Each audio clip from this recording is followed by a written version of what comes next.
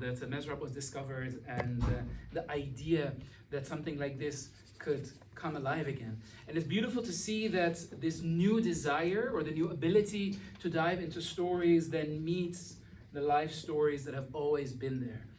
Stories that for a long time need to come out. So what you see is a recent process, stories that since a year ago have been written. The aim is for them to become a show and for them to travel, and you will witness an episode in this beautiful journey. Give a beautiful warm round of applause for Jeannette Hoempers-Hoekstra.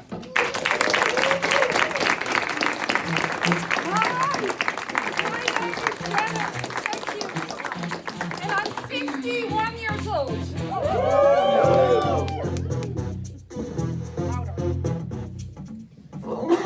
I wanna X X X X X X X X X X X I'll make it X X X X X X X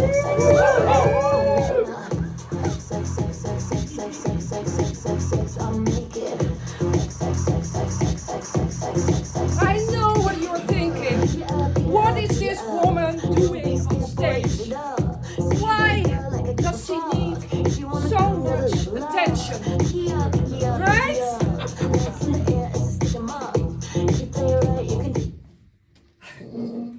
Sorry, that's me. I was a completely different person 2 years ago. I was fat, I was tired, I was insecure, I was invisible. And then I bought headphones. These, the first one. I've been walking my dog for 6 years, trying to avoid people, but I'm too polite. And then I bought these headphones and I started to play rap music. Do you know rap music? Nobody knows. This was rap music. There's also another hit, 365 Party Girl. I want to be a slut. No, nobody knows. Oh my God. I'm a superpower bitch. And something inside me changed. I started to play this music and I started flirting with everyone.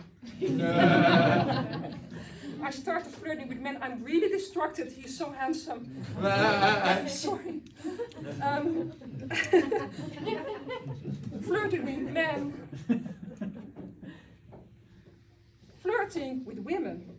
Now I know I'm bisexual. Flirting with dogs.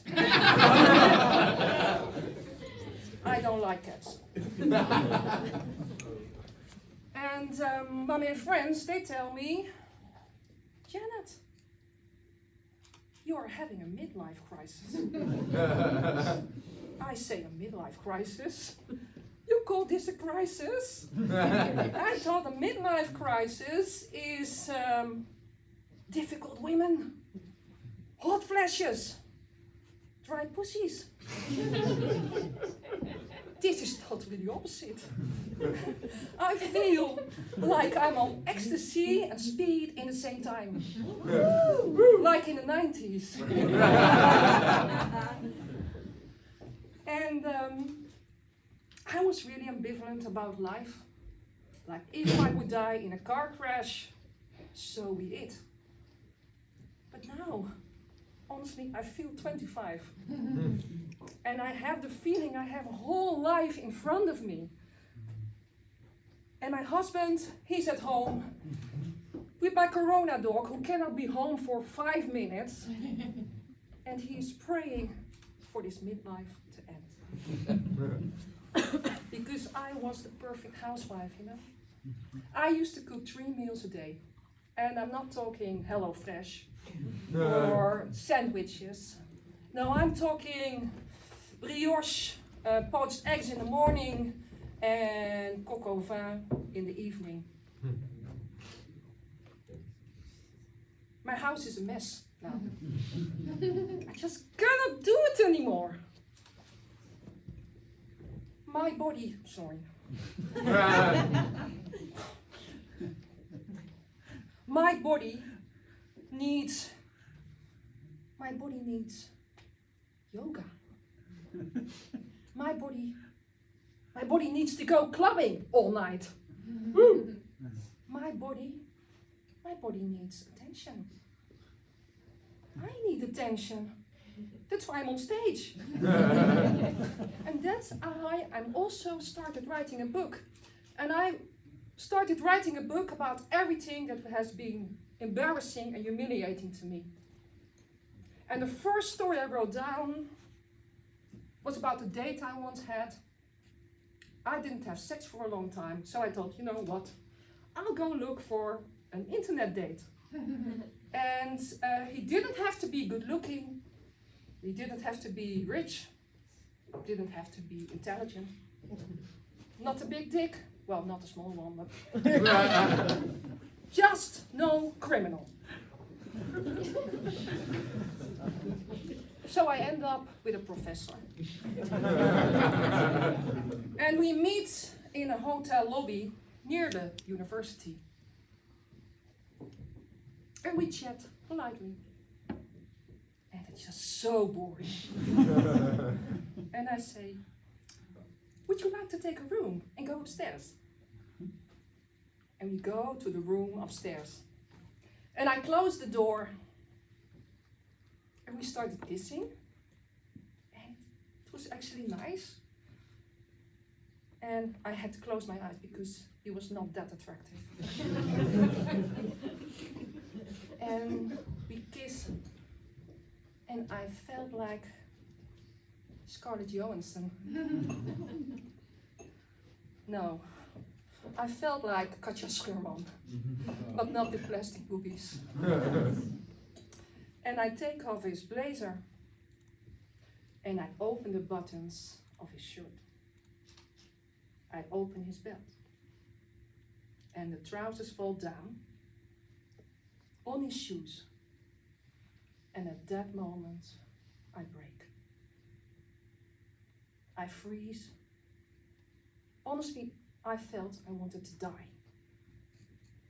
He was wearing happy socks.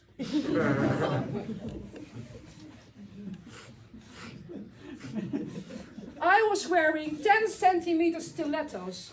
I walked from my house like a newborn deer to the tram, and from the tram to the hotel lobby.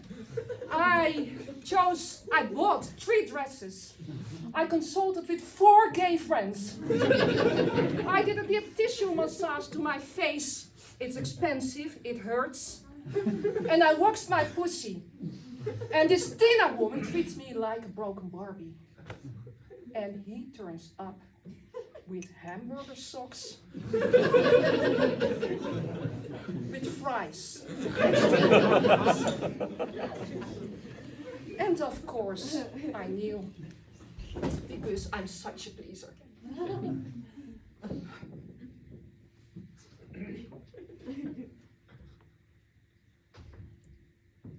I feel like a clown in a sex circus. And 4 days later, I kneel again. And he is wearing exactly the same socks. So after this, I thought I'm gonna call my play Happy Socks. But then I remembered all the other humiliating things that happened to me. Like when I was 16, I didn't lose my virginity. All my friends, they had a boyfriend. And they were teasing me that I was still a virgin. So I thought, you know, I'll go to discotheque Magnifique. It's a disco in a village. And I chose a guy. He was a bit older. He's a soldier. And his name is Johnny. And he's has a mullet, matching, a golden necklace, and polyester shirt open. You can get it done. So I say, Johnny, you can have me. And 10 minutes later, we're in someone else's backyard. And he's all over me. And he smells like beer and cheap cologne. And I say, Johnny, I'm really afraid. And Johnny says, listen, if I can deflower you, you can go parachute jumping with me next week. And I said, no, because I'm really afraid of heights. So I run back to the disco, and all my friends laughed at me, and this was the last time in Discotheque Magnifique. So I come from a little village in the Netherlands, in Brabant, Etteleur. Oh, are you sure? You've been passing it, probably. Don't go there.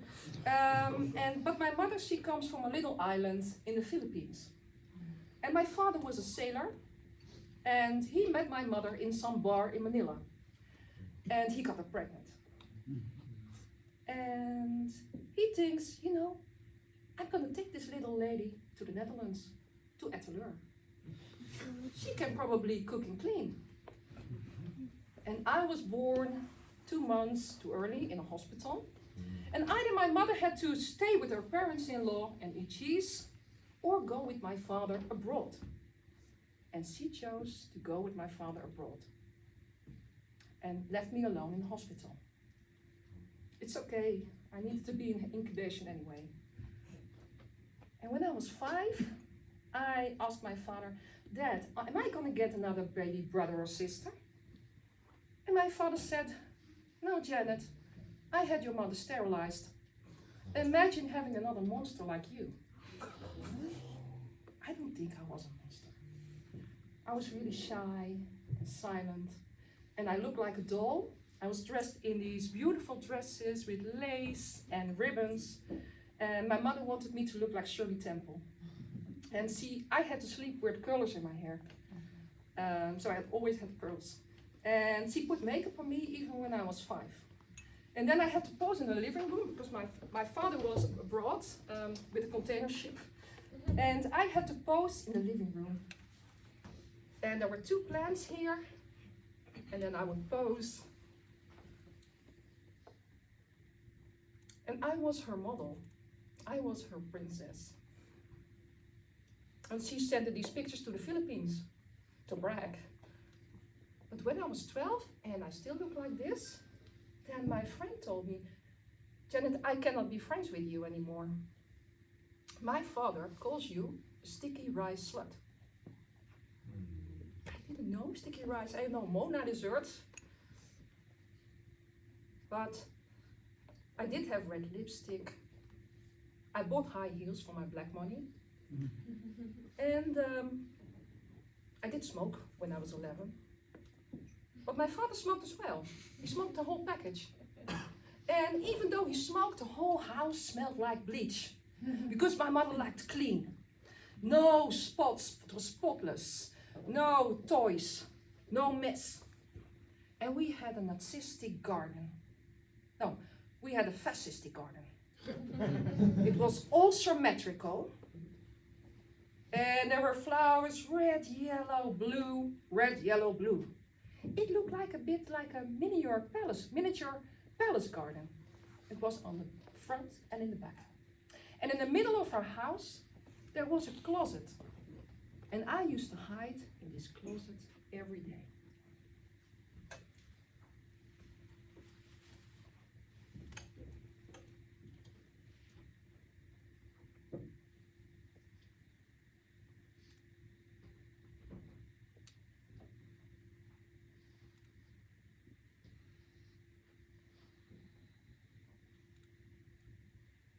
I've been to Madame Tussauds once, and these dolls were so perfect and silent.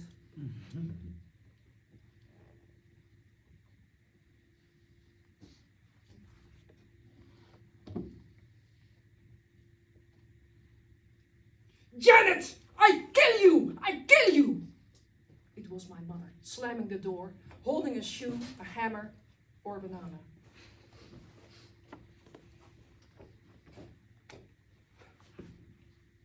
cannot blame my mother for being a bit difficult. My mother was born in Japanese war camp. And her mother was killed there. She gave birth to my mother, and then she had to dig her own grave. Can you imagine having to dig your own grave?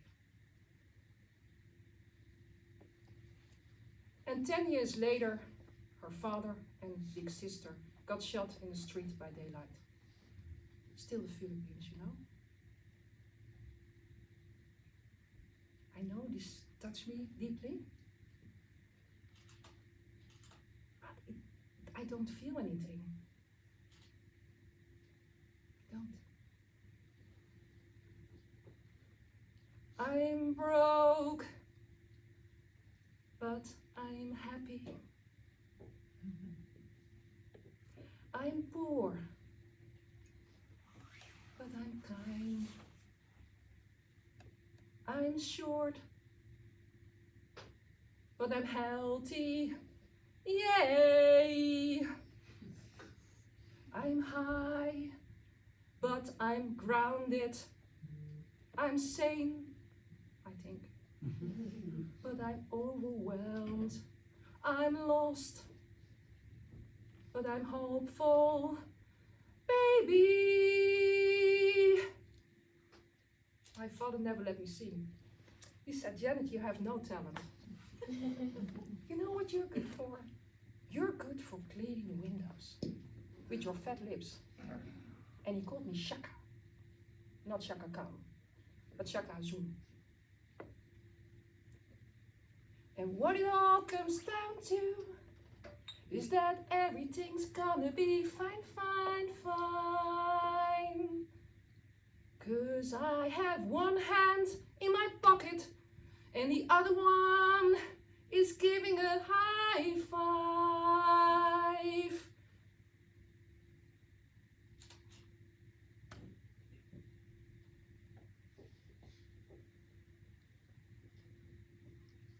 Are there any Philippine people here? No! Does anyone know Philippine people? Yes! Your best friend? Is she a cleaning lady? No? I didn't know Philippine people because my mother was an orphan. And so I know my mother. And when I was a bit older, there was another import bride coming to the village. And she married an old Dutch guy with a Brabant accent. And she also got this Brabant accent. And then the child also got this Brabant accent. The child was like me, you know? And yeah, once my parents took me to a strip club. And they said, you have to meet somebody. I'm meeting somebody. She's a stripper. And she was Philippine. But I Googled, what are Philippine women like?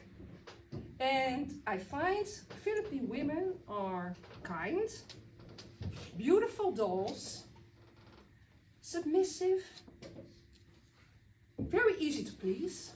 Well, that's logic if you're hungry. And they're family people. But be careful, if you marry them, it could happen that many other children appear from multiple men. Because anti-conception is still a problem in the Philippines. My father used to have this joke. We would be in birthday parties with my Dutch family. And we would sit in a circle, and in the middle cheese circle, and everyone was silent. And then my father would suddenly say, Janet, what is mommy getting for her birthday? And I said, one-way ticket to the Philippines! And everyone laughed, well, not here, but everyone laughed, and I loved that. But my mother was really happy because in the 80s, there was a Philippine hit in the top 10. And that was Freddie Aguilar, probably explaining, it's a different pronunciation, but he had a song, I have to look for Spotify, yeah. Anak is the song. Yeah, a bit softer.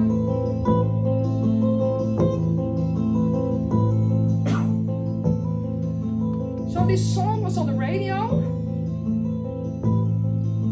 and my mother, I was never allowed to cry, but when this song would play, I know my mother was holding her tears, just like I'm holding my tears now.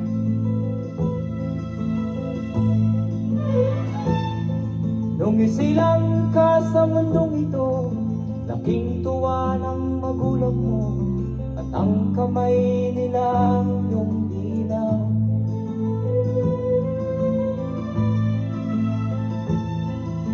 At ang nanay at tatay mo, di malaman ang gagawin, Alone, namasdan pati as an orphan. pagtulong mo. And imagine she's meeting my father. Napupuyat ang iyong nanay sa pagtimpla ng And gatas mo. he brings her to the Netherlands to Etteleur. And she get this beautiful Sa house with a umaga na persistent may garden. And she get this lovely child. yung amang tuwang-tuwa sa And she has everything. She misses home. ngayon nga ay malaki ka na, nais mo'y maging malaya. And I imagine sila payag walang if I would be born in the Philippines and I would be this girl on the street, I would be ikaw standing, nga ay or I biglang would be sitting. nagbago, naging matigas ang iyong I would be wearing a Hello ulo, Kitty at shirt. ang payo nila'y sinuwan mo. Could I be this girl waiting for a rich man from the West, Di mo man giving her a better life? isip na ang kanilang Would ginagawa somebody take me? para sa'yo. Would you take me? That's not an answer. Okay. Yeah. But there's one negative thing about Philippine women, you know? And that's the word tampu. When I googled, it said tampu right away. Tampu is that, for example, when you have a Philippine wife and you flirt with a waitress, then, or you don't like her post on Instagram, you don't like it, you forget. Then she becomes all silent. And she started making a face like this. And does nothing, and this submissive woman suddenly becomes a shark. That's so me. You know? For example, if I'm in a relationship and with my ex, for example, he would say something in a tone I don't like. I don't say, hey, I don't like the tone you're speaking to me. You are awakening my childhood trauma and triggering my fight, flight, freeze system. No, I don't. Or, can you please respect my boundaries? Because it's getting a bit toxic. No, I go all tampu. I say nothing. So I say nothing, just say nothing. And then he calls me la hysterique. La hysterique. So I went to see a therapist, and I talked to this therapist, and after one session, she says, Janet, it's clear, you are a narcissist. And I look at her, and I say, whoa, somebody's really jealous. But that's narcissist, right? You say someone is jealous at you, that's narcissist. Yeah. You know, when I was fat, I loved being fat, honestly. I baked 3 cakes a week, all different cakes. And I would give like 1 piece to the neighbor and the rest we would eat.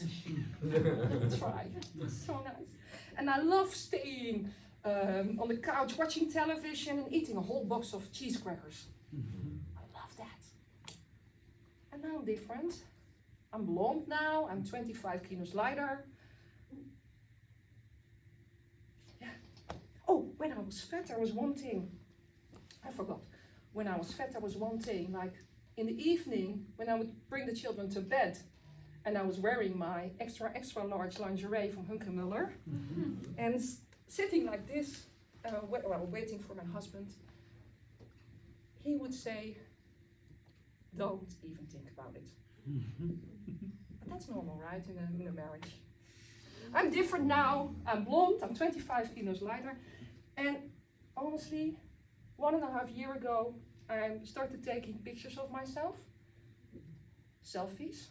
And I looked at my selfies and I thought, I just can't believe it's me. I actually like myself. And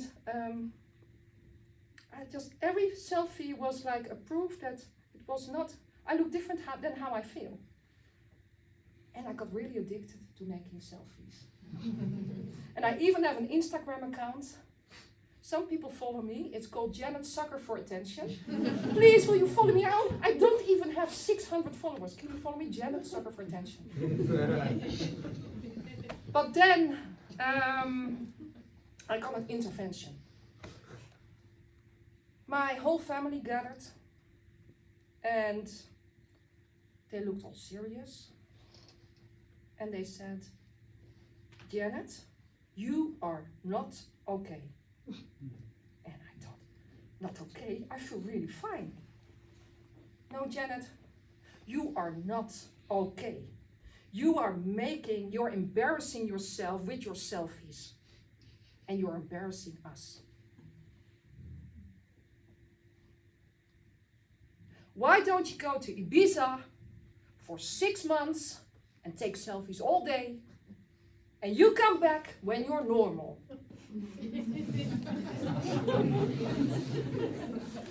But that's it. I cannot be normal. I cannot be normal because 6 years ago, my son died, my youngest son. He was 11 years old and he got cancer when he was 5. He got chemo, he got better, and then it returned. And he died of an infection. And I had a friend, Kiran, and we met at chemo of our children. And her son Aditya, he died 5 years before. She gave me an advice. She told me, Janet, there will be days that you want to die. But always brush your teeth. Put on lipstick and try to look really good. And I exaggerated. But I am more than a mother of a dead child. I am more than a sticky rice slut. I am more than a monster. And I am more than a narcissist. I am me. Thank you for listening.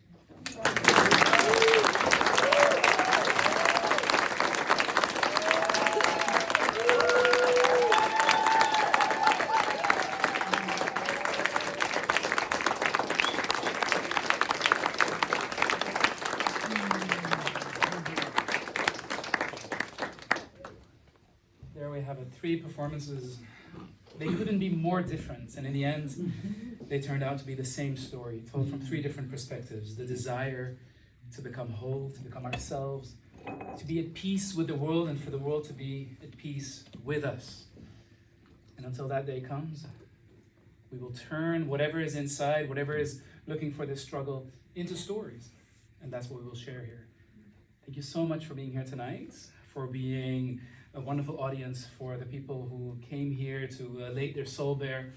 And thank you so much for supporting the live arts in the Mezrab.